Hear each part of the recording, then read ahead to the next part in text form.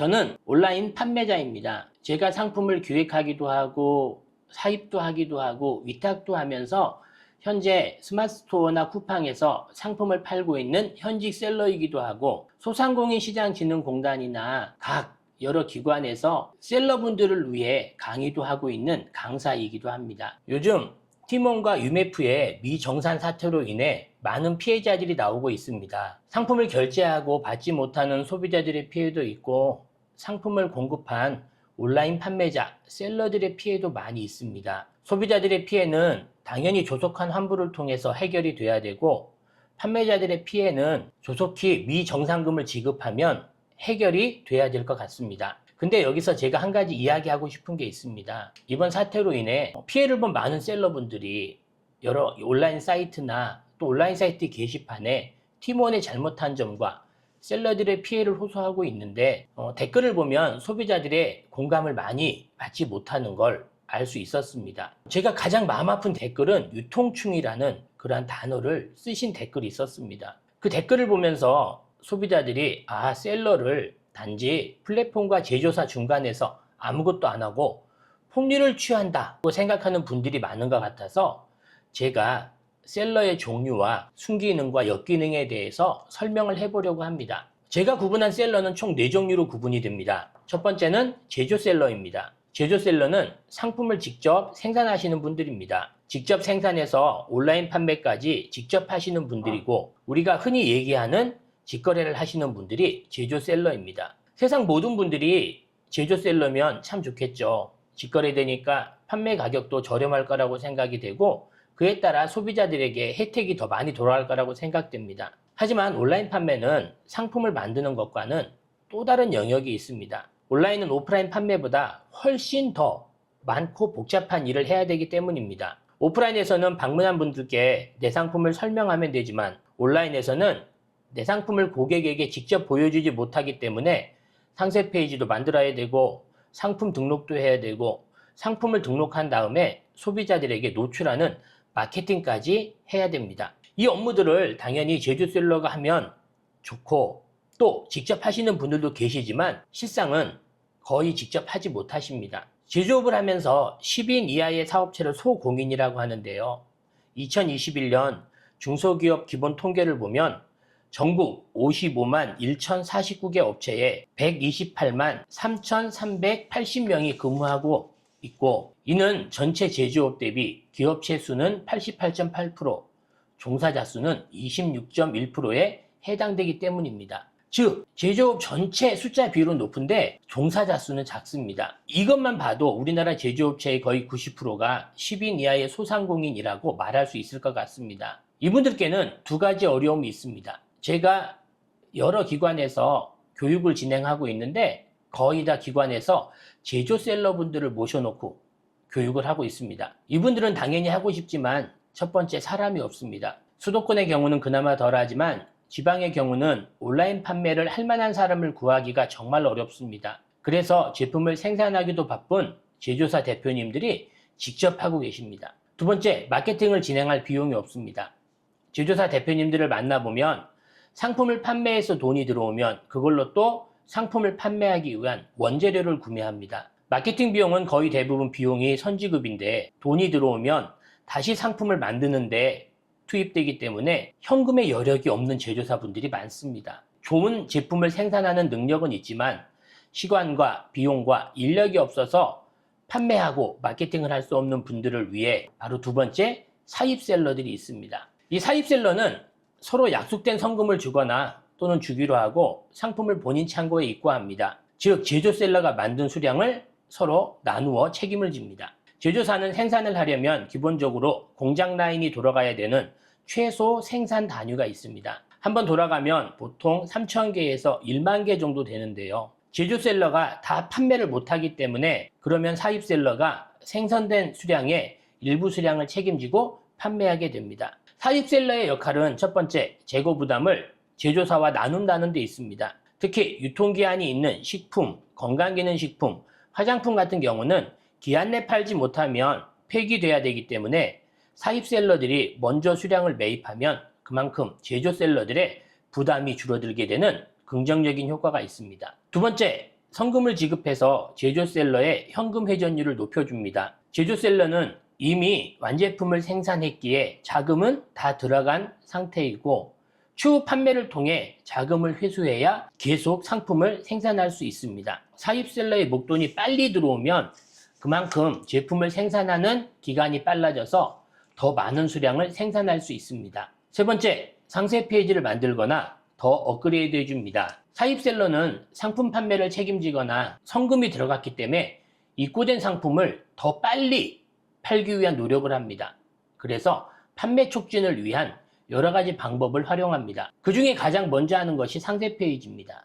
상세 페이지는 온라인 판매에서 구매를 만드는 가장 중요한 요소이기 때문에 제품을 생산하는데 주력하는 제조사보다는 온라인 판매를 많이 해본 분들이 소비자의 구매 요소를 잘 알고 있기 때문에 훨씬 잘 만드는 능력을 가지고 있습니다. 상세 페이지를 만드는데도 적지 않은 금액이 들어갑니다. 기획, 사진 촬영, 동영상 촬영, 여기에 모델비까지 들어가고 최종 디자인 비용까지 들어갑니다. 그런 비용이 들어가기 때문에 당연히 판매를 통해서 일정 부분 수익을 내야 되겠죠. 그래야 그 수익을 가지고 더 많은, 더 좋은 상품을 사입할 수 있으니까요. 네 번째, 마케팅을 합니다. 좋은 상품을 만들고 등록을 해도 결국 소비자에게 노출이 되어야 구매 가능성이 높아지겠지요. 그래서 사입셀러분들은 판매가와 매입가의 차익을 가지고 소비자에게 내 상품이 노출되는 마케팅을 진행합니다. 마케팅의 종류는 많이 있습니다.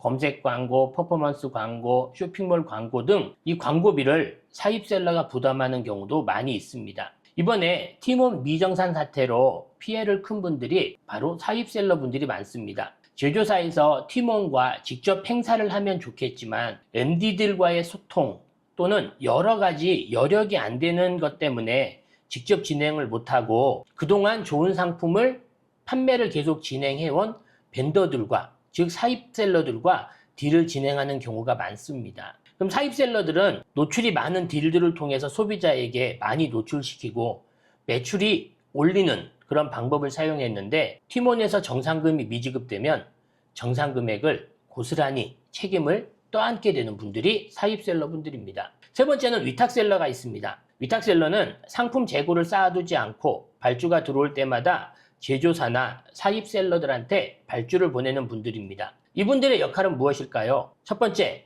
상품의 노출 가능성을 높여줍니다. 내 상품명이나 기타 다른 상품의 대표 키워드를 검색했을 때 제조셀러와 사입셀러의 상품만 있다면 소비자들에게 노출 가능성이 아주 작습니다. 예를 들어 칼국수를 판매한다고 가정해봅니다. 칼국수라는 키워드로 고객이 네이버에서 검색을 하면 21만 5,716개의 상품이 나옵니다. 네이버에는 각 온라인 쇼핑몰들이 노출이 되므로 가장 많이 셀러가 등록하는 스마트스토어, 쿠팡, 지마켓, 옥션, 11번가, 롯데원 이렇게 상품을 등록을 하면 6개가 되겠죠.